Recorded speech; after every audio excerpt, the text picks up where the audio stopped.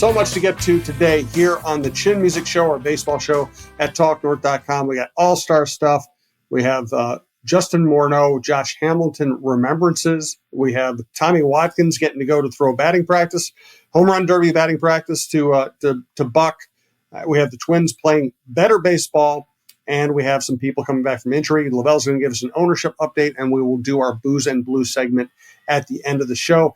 We're coming from the Aquarius Home Services Studios. Scott for Aquarius. Summer's all about fun, not flickering lights and faulty plumbing. From fixing that runaway toilet and not so hot water heater to installing generators for whole home backup power, Aquarius has your back. Right now, get $98 off any electrical or plumbing repair. Fast, friendly, and ready to rescue your summer from household chaos. Aquarius. Local, trusted, family-owned, and earning the right to be recommended. Schedule today at AquariusHomeservices.com. Hi, everyone. This is Dawn Mitchell with a reminder. Please tune in to our podcast every week, Dawn of Sports. You can find it on Talk North Podcast Network. And Chin Music is presented by Giggly THC Beverages and OnX Hunt. Thanks to all of our sponsors and all of our listeners. We appreciate you. Let's start here. I wrote about it in the Start Review. It was out at the ballpark on Thursday. Can't think of two better storylines for this season or for recent Twins history than Byron Buxton being healthy and getting to play in an all-star game in his home state and selecting Tommy Watkins, maybe the most popular human being in the Twins organization, to pitch to him during batting practice. Let's start with you, Roy. The Twins have some issues we will get to later, but this is pretty good stuff.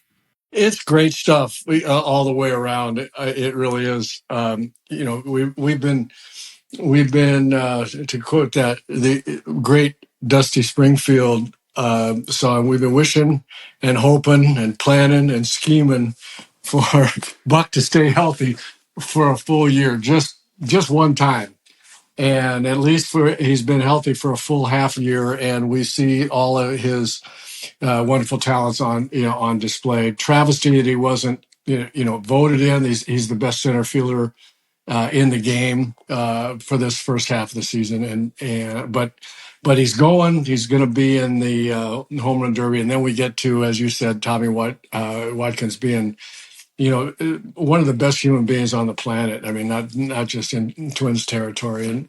And after all of the years and toil that Tommy has spent in professional baseball, for him to be, in the spotlight now in an all-star game for all to see and hear about in a little bit. I mean, it couldn't be any better. In that respect, for those two guys, and for how much it means to all of us for those two guys to get this kind of recognition, it couldn't be any better. LaVelle, you and I have both known and covered Tommy for a very long time. What's going through your head right now? I just remember, I was on the beat when Tommy reached the majors. Yep. And I saw those glorious 2 months that he was in a Major League Baseball player. And unfortunately, he came back to spring training next year with another 20 pounds. And I kind of knew where things were headed. But even then, as a player, he was considered like the mayor of Fort Myers. Just the impact he made, the impression he made with people, and how he connected with the community, and just, what a great human being he is. So really happy for Tommy. Twins fans should be happy that Buck has been able to stay upright for most of the first half of the season. I kind of grimaced there when he got hit in the hand with the pitch a couple of days ago against the Cubs, but hopefully that's not going to be a hindrance. So this pairing in the home run derby is going to be very interesting. I had a conversation with Justin Morneau at the ballpark yesterday, and one thing he's noticed is that Buck usually takes batting practice indoors. He does not take batting practice on the field with the team, but twice this week, Buck was out on the field taking BP with the team, and Tommy, who rarely has thrown the Buck, was throwing the Buck then. So that was a signal to Morneau that Buck is taking this thing seriously. Tommy also approached Morneau for advice because, of course, Morneau is a home run derby champion, although people keep forgetting that because 2008 was the year that Josh Hamilton hit 28 home runs in the first round, and that's all everybody talks about. But Morneau gave Tommy Joe Vavra's number because Vavra was the person who threw to him in '08 for advice on how to throw to Buck. So there is legitimate intentional preparation going on between these two guys for the home run derby. So it's going to be very interesting to see how it works out. It's funny. We had that conversation with Rocco. We're talking here on Friday mornings. We don't know exactly the status of Buck's hand or how he's going to make it through the weekend, whether he'll actually end up in the home run derby, whatever. I'm guessing he's going to be okay. But again, you never know with injuries. We had the conversation with Rocco yesterday. I asked him if he remembered Morneau's victory in the home run derby, which is spectacular. And he was friends with and teammates with Josh Hamilton. And he said, yeah, he's like, nobody remembers that Morneau won that thing because Hamilton was so spectacular. And it's also, and anytime you talk to Rocco about Josh Hamilton, it's a reminder that, if Josh Hamilton had been able to restrain his demons and stay healthy, he might have been one of the greatest players who ever played the game, Roy. I think that's absolutely true. I marveled at his talent. Every time I saw him play, he did something athletically that it just makes your jaw made. I'll just speak for myself. Made my jaw drop from a size and strength standpoint. He had great size and strength, and at the same time could run like crazy. Had a great arm. And he was a hitter that could obviously hit for great power, but he was an accomplished hitter. He was going to be a high average hitter for a home run hitter as well. And it's just so sad. It really is sad that for whatever those reasons that you're alluding to, he couldn't have a 10, 12, 15-year career in the big leagues and put up the numbers that he would have put up, because those numbers that he put up while he was playing, those were not flukes. That was not, he just was in a couple of good streaks. He was the real deal. Yeah. And Baldelli was a great athlete. He was incredibly fast twitch muscle guy. When he was healthy, he was a very good center fielder who could hit. And next to Josh Hamilton, he looked like a little kid.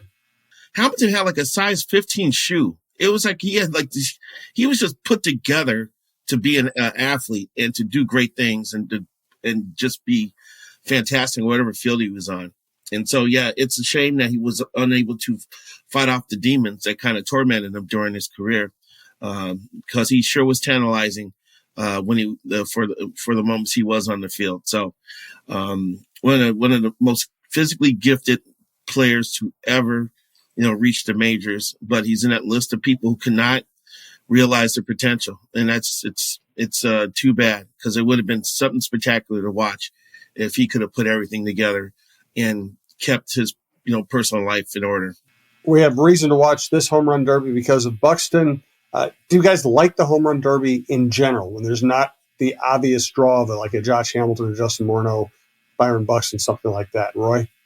Yeah, I do like it. I really do. And what I like about it is the surprise factor, the unpredictability, and the surprise factor. There are guys that you say, okay, they're good. These guys are odds-on favorite to win, and then somebody else either steps up and wins or puts up a great challenge. And I like that aspect of it. There's going to be somebody, like there always is. There'll be somebody.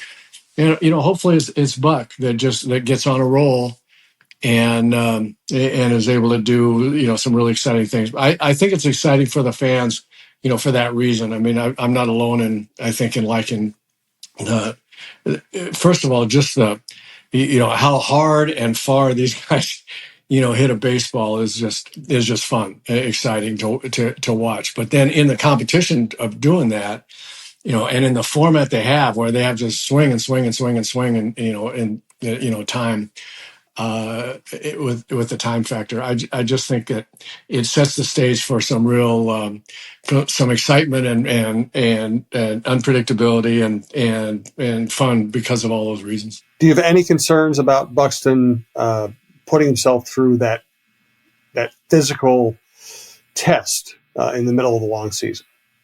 No, I don't. I mean, Buck's a strong guy. The injuries that he gets are all um, collision injuries in one way or the other, whether it's with a baseball or with a wall or with another player. For the most part.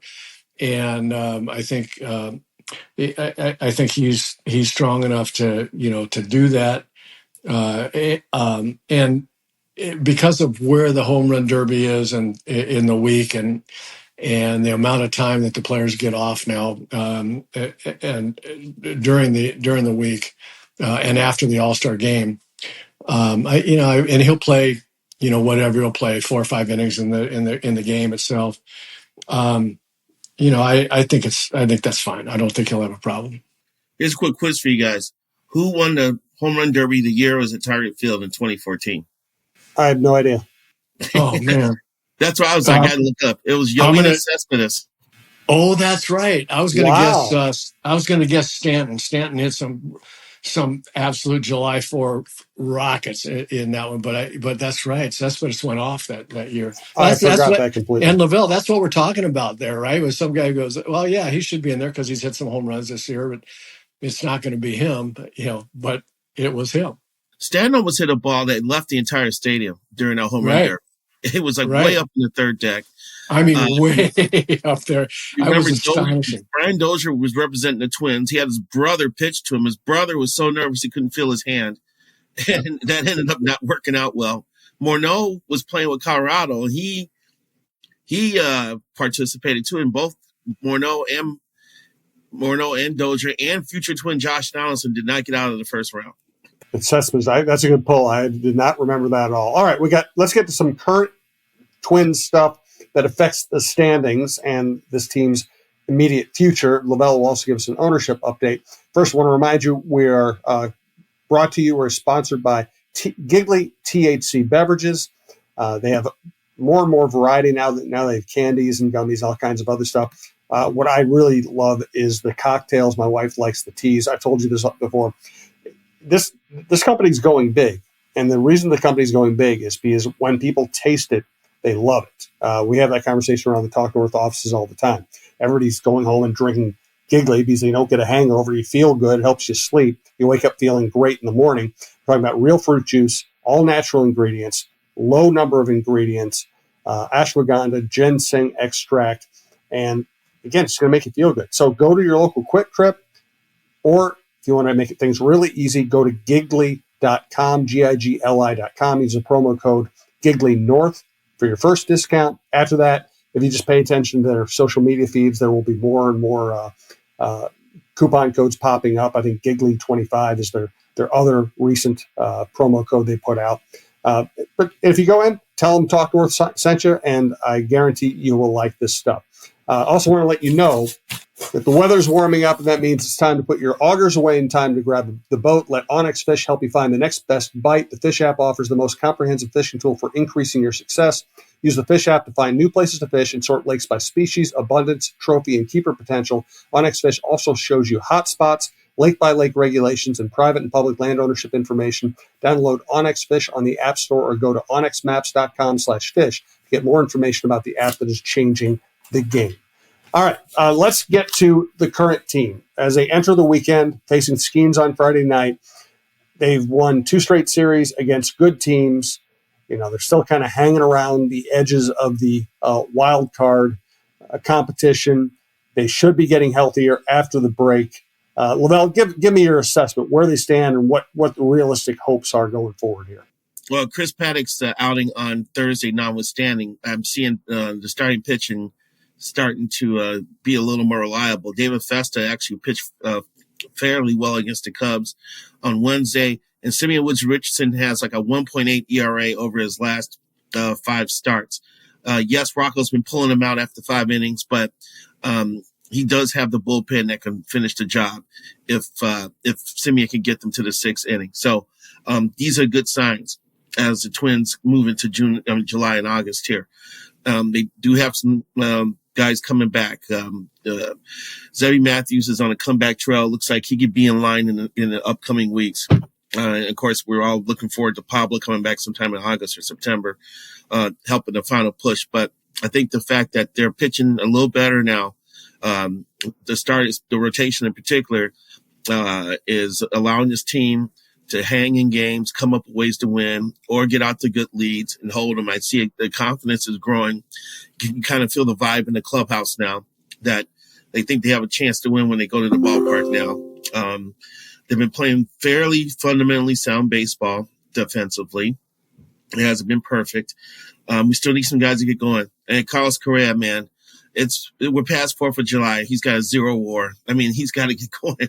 He's going to be key to how this team is going to perform down the stretch. So they're in a tough spot because people are screaming sell, sell, sell. But when you're 3 games out of the wild card spot, you can't do that. They're not going to sell. Yeah, it's crazy. It's crazy talk. I think if they wanted to add, I don't know if they have the financial muscle to add. So I think they'll probably end up standing pat, or unless they get to a horrible losing streak between now and the end of the month, they may go the opposite way. But when you're 3 games back in the wild card, you can't just give up and throw your hands in the air. And plus, this team is playing better. They're pitching better. They're getting some contributions from some other guys offensively. I think they're in a better spot right now than they were 2 weeks ago. Yeah, there's a lot there that you said, LaVelle, and I agree with every bit of it. As far as selling, that being 3 games back out of the wild card spot, I mean that is a week or 10 days of playing well and getting some coincidental losses by teams that are ahead of you.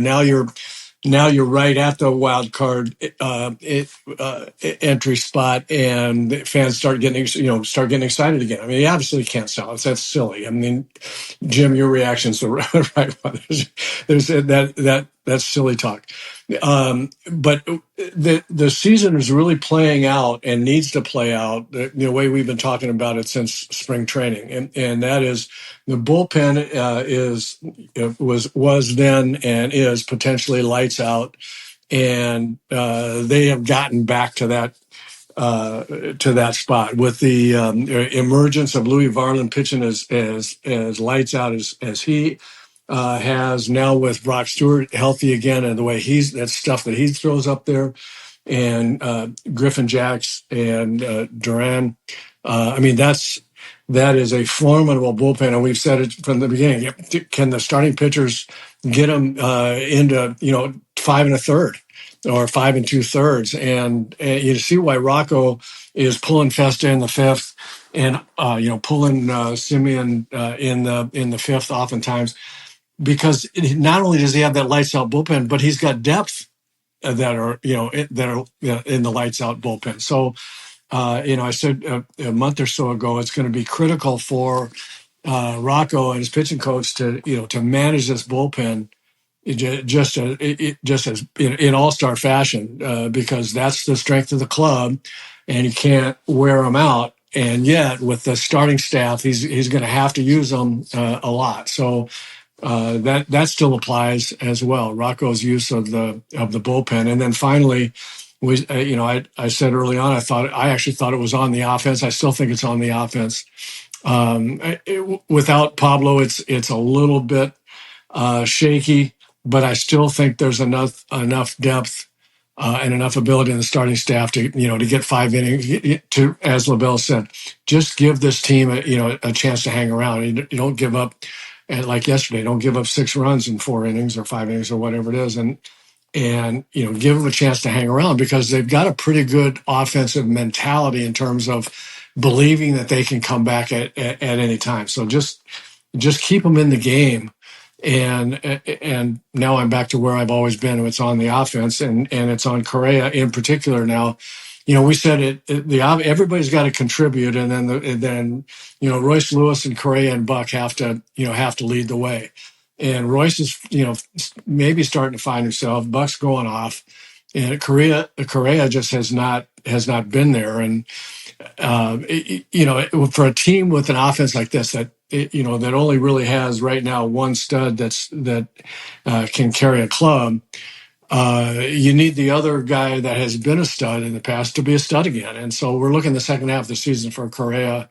And I think LaVelle's point is spot on. I mean, they're not going to make a run without Correa being more Correa-like offensively. Even if Buck, even if Buck continues to have this kind of year, hopefully Royce Lewis finds himself and can really contribute. But it still is going to be about, I believe, it's going to be about those three guys, and Correa being really critical. I have an additional note I want to throw out about Simeon Woods Richardson. We're going to get an ownership update. We're going to do Booze and Blues.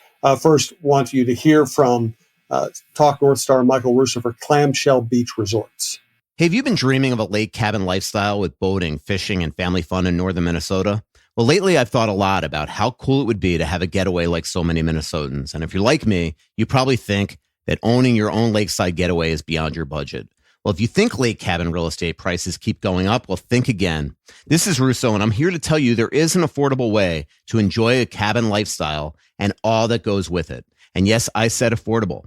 I founded a Clamshell Beach Resort, which is located on the Whitefish chain of 14 lakes for you and your family to enjoy. Here's how. Clamshell has lake homes that offer deeded fractional ownership, and the keywords there are deeded and fractional. You own it. Imagine having 5 weeks a year to enjoy Clamshell with its beaches, pool, and lodge that's full of kids' activities. Is golf your game? There's a great golf course right across the road. Like winter sports? Well, you can go ice fishing, cross-country skiing, or snowmobiling right out the door at Clamshell. And there's no maintenance, no grass mowing, no snow removal. It's done all for you. And you can own a share of Clamshell Beach Resort at an affordable price. To learn more about ownership opportunities at Clamshell Beach Resort, go to cottagesonwhitefish.com or contact Pat Egan at 612-220-9819. That's cottagesonwhitefish.com or Pat Egan at 612-220-9819. Thanks also to Minnesota Masonic Charities. When people think of the Freemasons, they often think of secret handshakes and unusual hats, and of course, the pancake breakfast.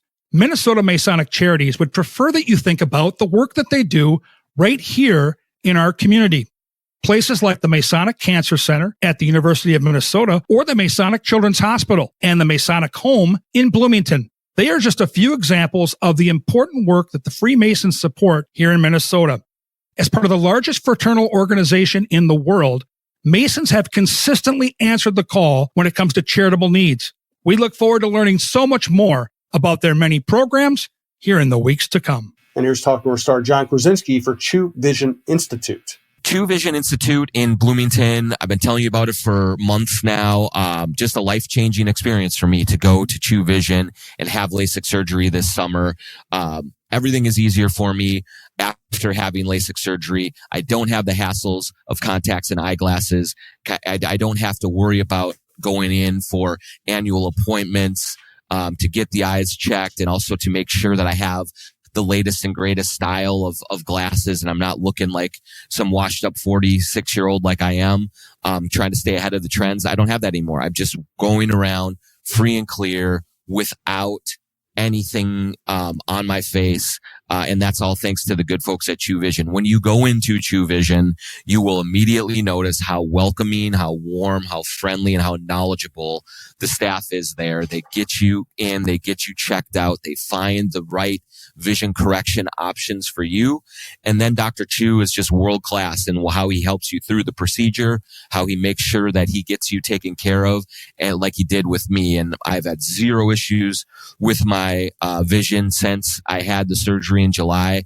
And I just keep kicking myself and wishing I would have done it 10 years ago. So go to truevision.com and set up your consultation. Tell them the John Krasinski Show sent you, and get on with your life. Make it easier on yourself, and just get to the point where you can kick your own self in the butt and say, why didn't I do this a long time ago? All right. Tell me if I'm seeing what I think I'm seeing. What I saw in Simeon Woods Richardson last outing was him going out and being dynamic and having his stuff tick up from the first inning on. It looked to me like instead of the guy who's going to try to feel his way through 6 innings, it was the guy who's going to dominate as long as he could and not worrying about how long he would stay in the game. I thought his stuff looked really good. Am I imagining that, or did you say that too, Roy?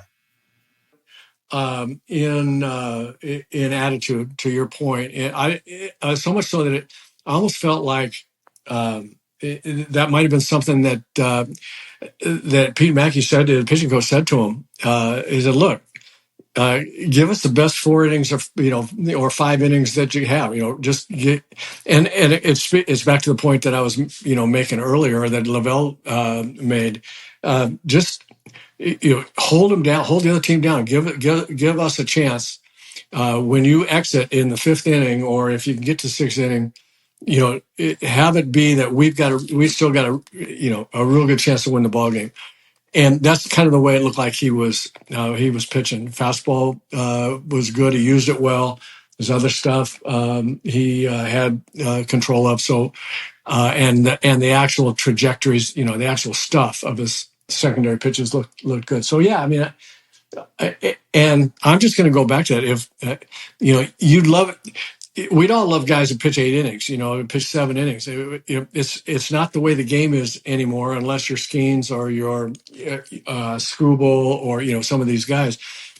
For most teams, give our bullpen and our offense a chance. And if the starting pitcher pitching for the Twins can do that, then they're set up. They've got to. I'm beating the horse, but I mean they've got a great bullpen, and they have the ability to score in any inning, even in the 8th and 9th with that offense. So, give us 5 innings of everything you got. LaVelle, give us an ownership update. Yeah, I actually had a conversation with someone who actually knew of Justin Ispia's intentions if he had a chance to buy the Twins, and the person is really crushed that he ended up staying with the White Sox. He said Ishbia was ready to spend. He said that he had a detailed plan. He was going to make sure the farm system was as strong as possible, and then sign free agents to fill holes and not worry as much about cost as the previous ownership has. He was told the person who got off the phone with Ishbia after talking to him for an hour, they just felt like this was the right person to run the Twins. Younger, willing to spend. It was what the market needed. So he's crushed after he learned this information. And Ishbia did due diligence. He spoke with the city leaders. He spoke with other business people. He was looking into other business opportunities. He was checking the political climate here. He was being very, very thorough. So unfortunately, he ended up pivoting back to the White Sox once Chicago found out he was interested in buying the Twins. And so the ownership process slogs along. Charlie Walters had a note in his paper on Sunday about the league has agreed to guarantee the $400 million in debt that the team is carrying, which verifies everything we were wondering, is that the debt load is scaring people off. And I don't know how much longer the process is going to take because of that, but the league guaranteeing it, maybe that would help move things along. So we'll see. $400 million in debt, man. That's like half my credit card debt. And I believe, I think $150 million of it is Carlos Correa's contract and the last 2 television contracts. I think because I think every team carries some debt. I was reading a story the day that Target Field was going to be built, and Patrick Royce wrote a column and claimed that the Twins were carrying $120 million in debt then. So I just think most sports teams carry some sort of debt load. Am I right on that, Roy? Or am I off? Or I don't know. You haven't been the owner, but maybe you would know this more than we would. I don't know that I would know about it more than you, but I'm sure, just from a balance sheet standpoint, I'm sure that there's a certain amount of debt, in this industry and in that particular business. There's a certain amount of debt that is somewhat comfortable for owners to have as part of the balance sheet, and I frankly think that if they had $120 million of debt when they were building the stadium, and now I would have to use the word only.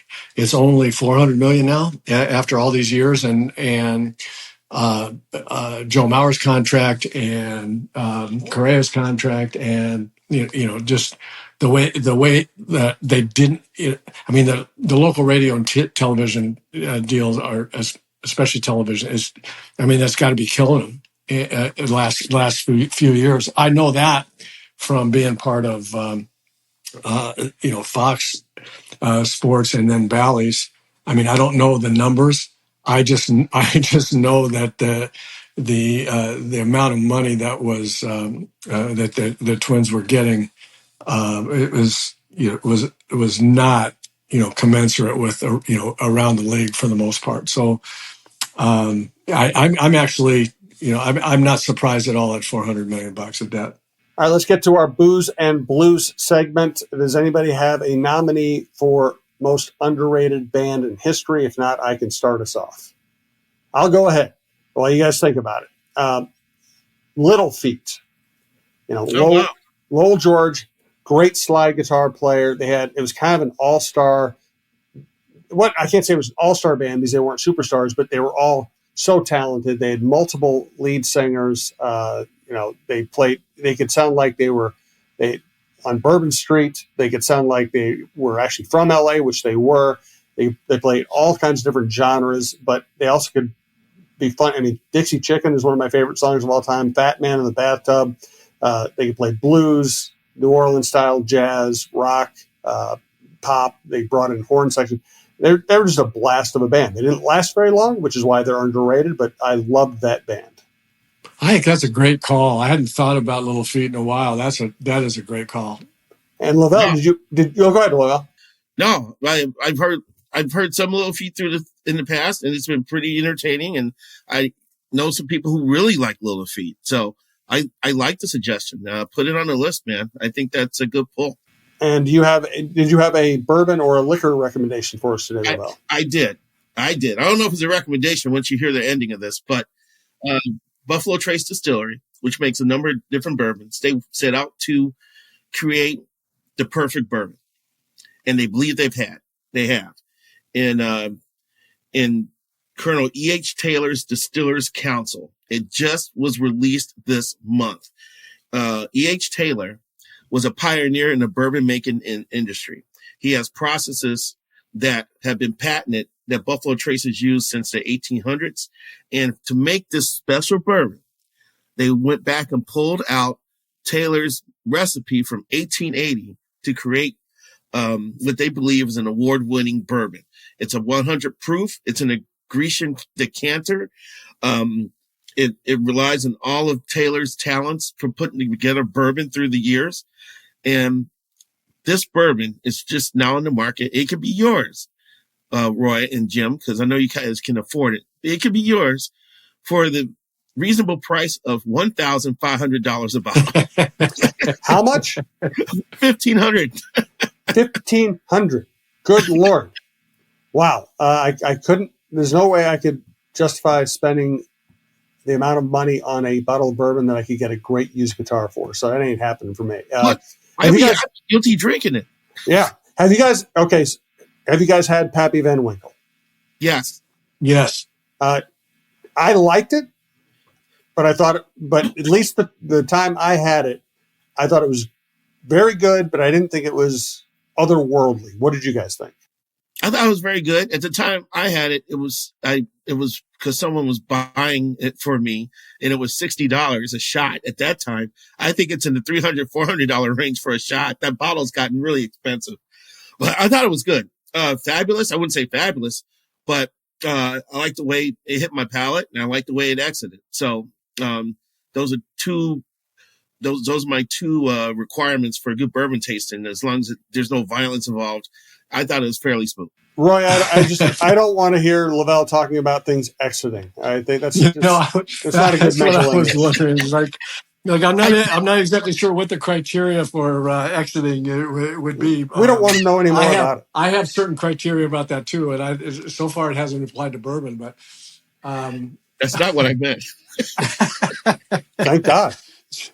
So, I had it. What this conversation, whether it's the new Buffalo Trace or Pappy.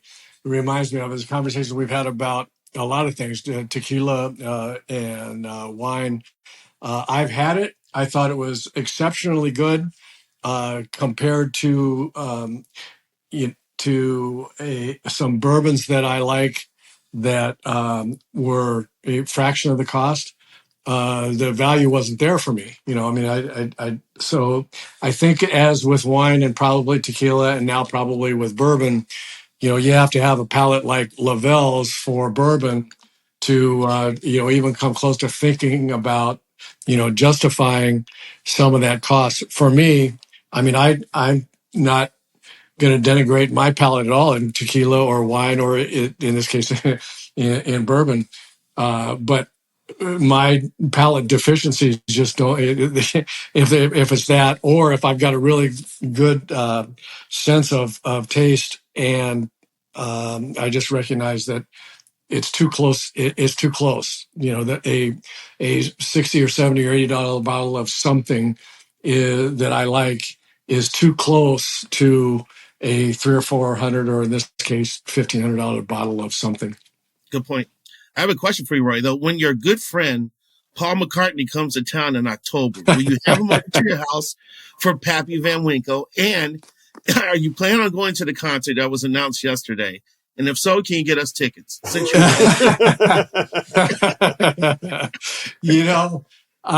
this is funny. I actually thought about, what? I bet there's a way that I can find, like I've done before. I don't know if I've ever told you my Chuck Mangione story, which was actually going to be one of my I love it, underappreciated. But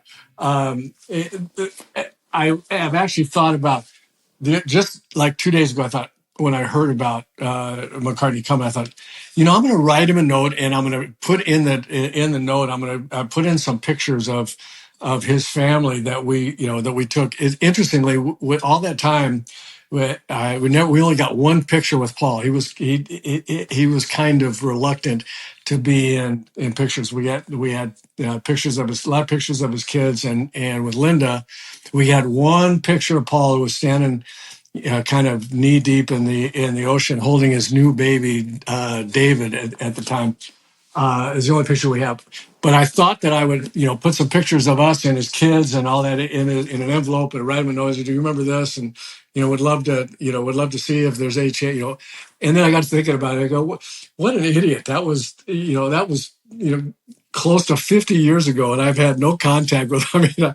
I that would be pretty low rent for me just to come out of the woodwork and say, hey, remember me. So I'm not gonna do that. But I got to admit, thought about it.